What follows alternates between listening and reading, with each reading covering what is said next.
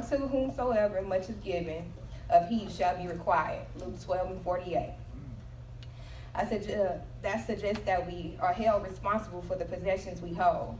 When we're blessed with such talent and knowledge, it is only right that we use our God-given talents to benefit others. So I'm going to start out speaking to the high school graduates because, for me, college was like one of the best times of my life. Yes. It was. I say this verse to you not because it really just sounds nice, but to ask you a question. What about your life will stand out 5 years from now? Will you be lost in a world of confusion trying to find your way? Will you be known as a college graduate working and helping others in your home community? Or will you be forgotten or remembered? Amen. I ask this question because after graduation, your life truly starts and adversity will follow. College was the best experience of my life, but also a very trying time. I watched people start school with me one semester and kicked out on probationary leave the next. I've lost 2 friends in college to drunk driving accidents. In one case, one was the drinker and the other was the victim. I've seen friends locked up because they forgot school was about obtaining a degree and not a misdemeanor. Come on. I say these things to you not because they sound nice, but because they could have been me as well. Yeah. Sorry. I was no better than any of them, went to the same events, indulged in the same reckless behavior. I just had different grades that followed me. I'll say it again, college was the best time of my life, but very trying. You learn yourself, you gain your voice, you meet great lifelong friends, and obtain a degree, but life can happen in a flash. My granny passed my first semester, my dad's best friend passed the second, uncles passed 2 months apart, friends passed in car wrecks, and finances, they will take a toll on you. But I had to remember the scripture, for unto whomsoever much is given, of he is required. God granted me grace in many situations. He helped me when I desperately wanted to give up, and he showed me the good throughout the difficulties. I don't say these things to discourage you, but to enlighten you, to keep of what is required of you. Whenever you go into life, use your talents in a way of good. We're given so much, and all that is required for us to do is to do what we want to do and do it perfectly.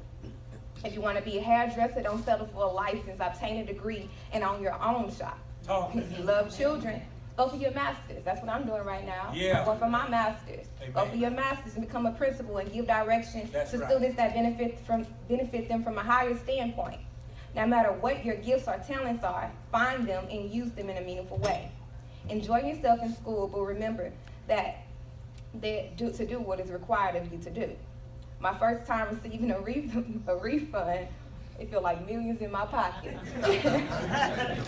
But came December, I was eating ramen noodles, no 60 cents. So you have to keep your funds. When you get that first refund, do not go ball out, do not go have fun. Those splurge, remember that your parents are at home and they're expecting you to take care of yourself. That's right. Okay?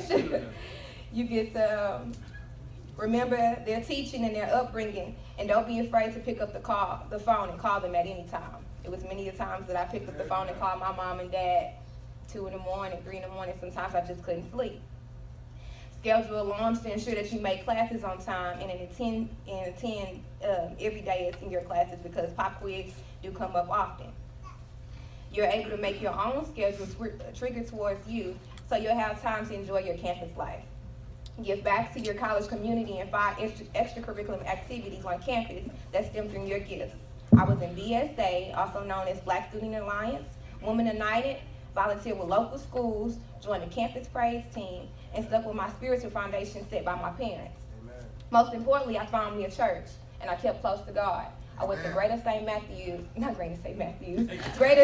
Baptist Church, and that's why I met the late Michael C. Davis, one of the best preachers I know up in Huntsville, and he passed from cancer. So I ask the question again, what about your life will stand out 5 years from now? Just make a plan, stick to your plan, enjoy yourself, but really remember why you're there and don't lose your focus. Stick to the foundation that your parents drilled in you and instilled in you. And don't forget your morals while you're out there. Your things to have fun to bring home a degree, not to have fun and come back home. Amen. And for my middle school graduates heading to high school, remember grades, they do matter. Giving your work, doing all your work and turning it in on time, it does matter. When you get ready to get in their spot with your hat on, you're going to make sure that you have the right grades and people see it. So get back in your community, start doing different things amongst the church and helping out. You know, just don't be all quiet and sheltered and shy. You have to do these things so you can receive scholarships and you'll have the grades that'll keep you going for the years to come. For kindergartners, I work with pre-K students every day. They are quite the charmers. Stay innocent, pay attention to your teachers, and remember in about 14 years, you'll be where they are, wearing a cap and gown, and getting the crowd of clapping for you. So I thank you all for letting me speak to you, but I just want you to remember everything that your church instilled in you, your parents instilled in you, and that your community is backing you up, okay? Amen. Thank you.